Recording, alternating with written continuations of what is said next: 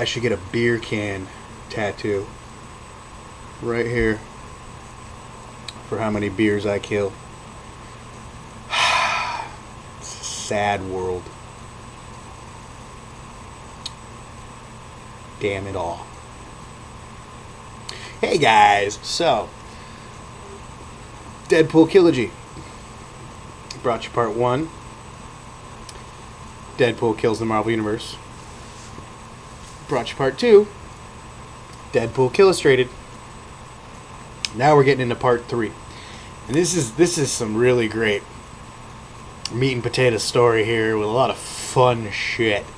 I remember briefly touching into it before in my comic book reading. When Deadpool first came around, I was younger and didn't really appreciate him as much as I should have. Nearly as much as I do now, because I get him.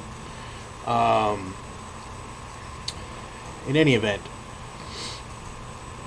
this is where we get into the story of the Dark Deadpool, who's been killing everyone and everything, working on destroying the multiverse, and him being pit against our Deadpool.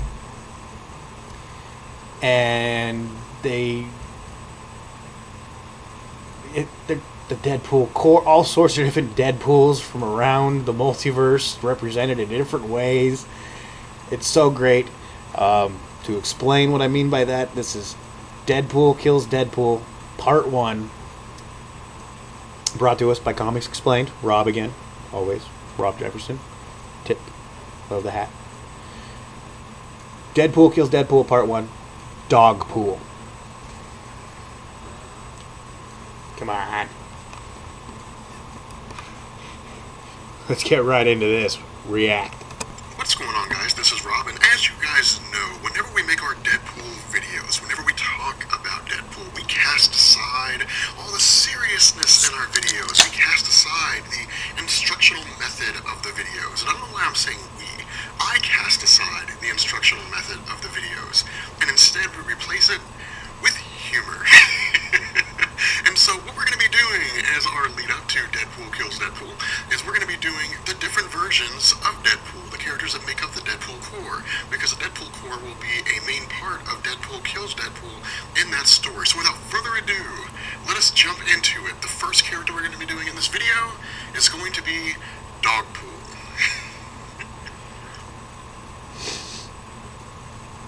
So, Dogpool comes to us in Prelude to the Deadpool Core in issue number 3. Now, normally I would do this in terms of their appearances in chronology, but because of the fact that each story is dedicated to different characters, it doesn't really matter whether we do it in order or not. So, because I think Dogpool is the coolest character, like the coolest concept of the Deadpool Core, we're just going to start with him.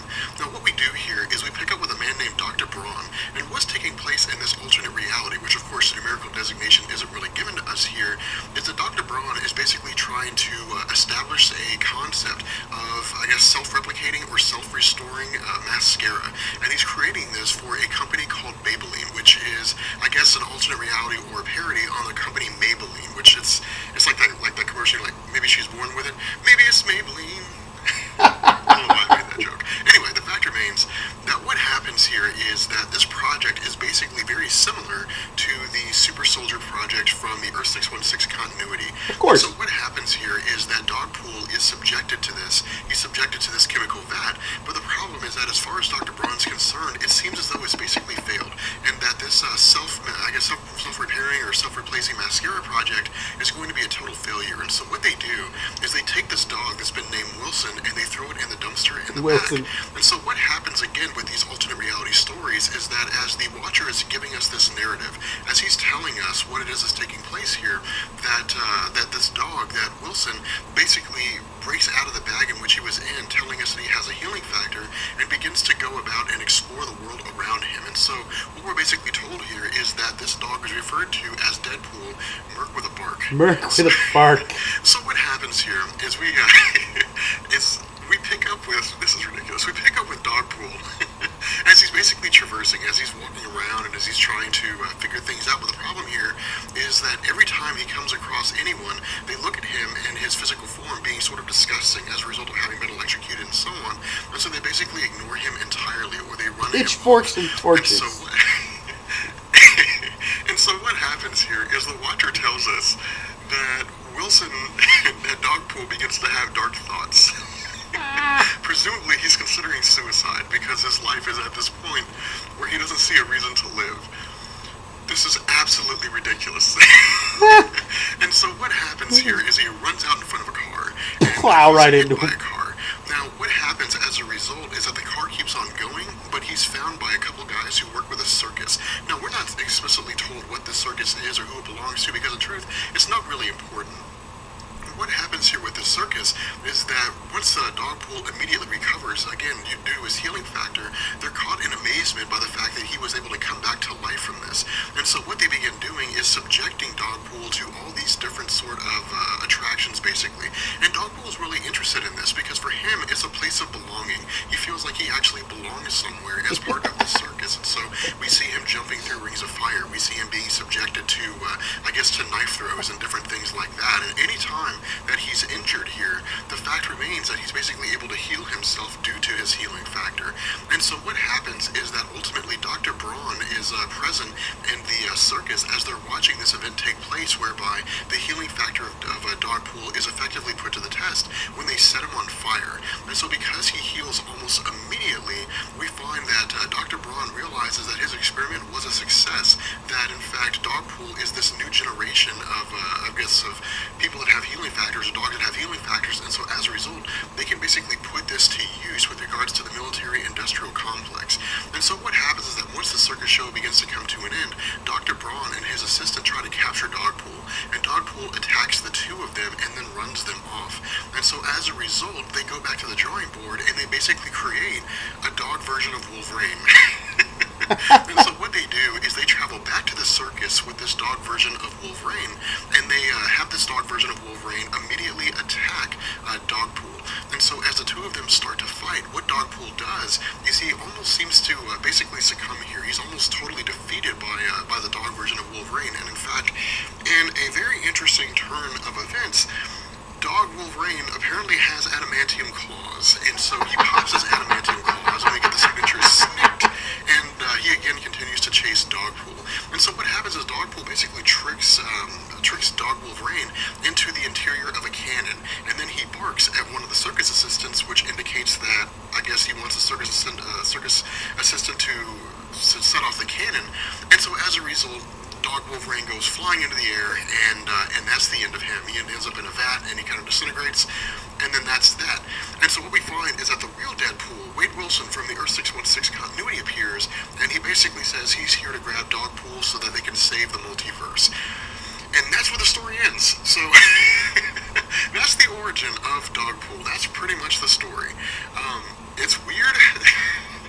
It's a little strange. A dog that's like Deadpool and has a healing factor. But what we're going to do in the next video is we're going to focus on Kid Deadpool, who is really cool because we'll actually see him wielding lightsabers. With that being said, I will catch you guys later. Peace. Be sure to follow me on Twitter.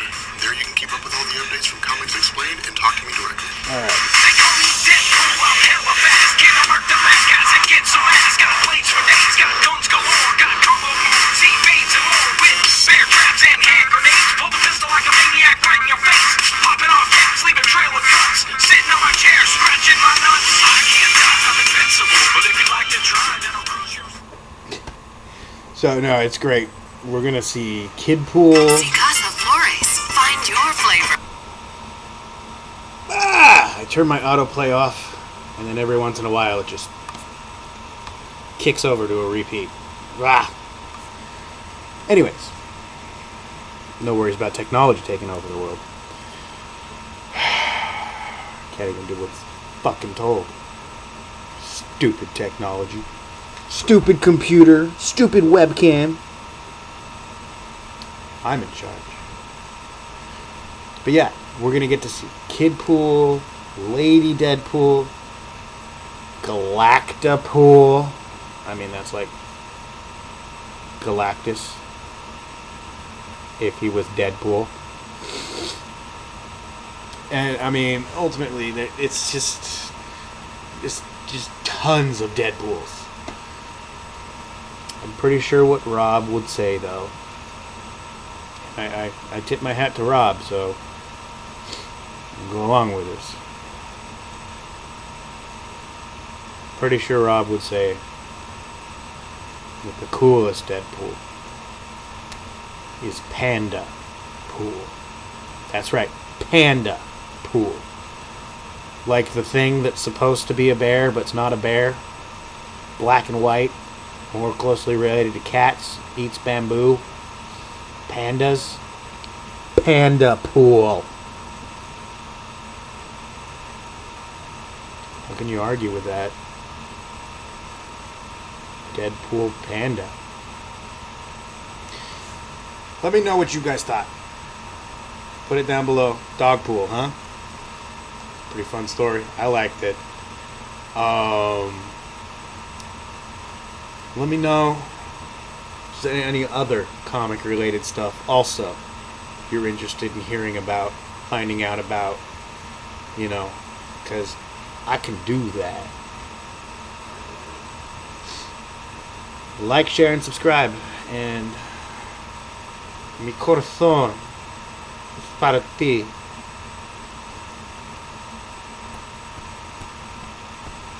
I love you. Good night.